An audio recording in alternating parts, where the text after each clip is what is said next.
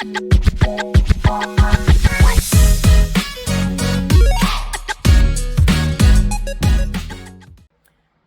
is Tuesday, July 29th, and this is week 7 of building my house.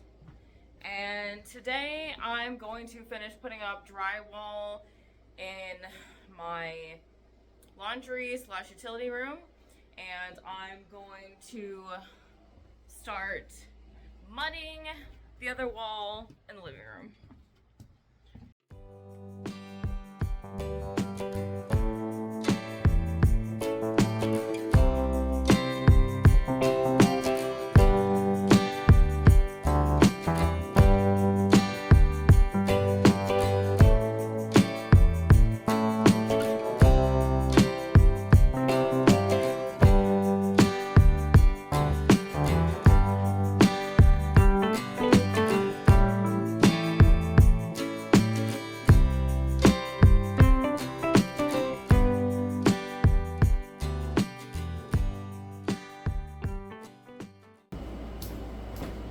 Totally forgot I needed to do the inside, so I'm going to do that really quick before I run to the store.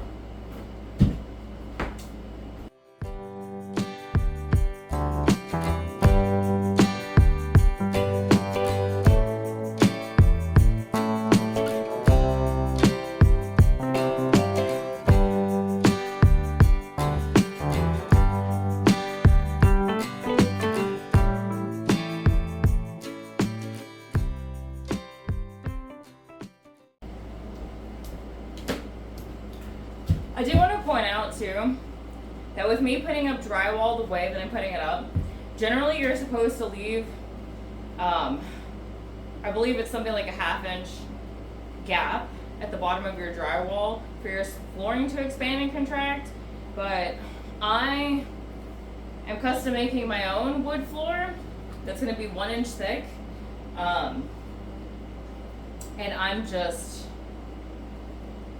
putting it to the wall and leaving a tiny bit of space and just covering that up with trim. So depending on what you want to do for your flooring, you would want to leave that expansion gap, I'll call it, I don't know what, just gap, what the term is, doesn't matter. But I didn't care. So, did it the way I wanted, my house.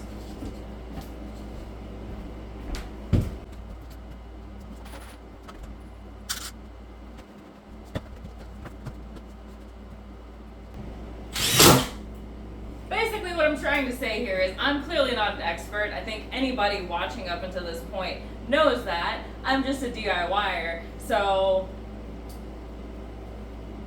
look up the proper industry way to do things if you wish to have that knowledge. But there's always more than one way to get to a goal. That's all I'm saying. If it works, it works. But the other thing is there's probably a reason why things are done a certain way, and you might do the work and find out later what that reason was and have to do more work. But as far as I understand, as long as I leave some sort of expansion gap, it should be fine. And I'm going to.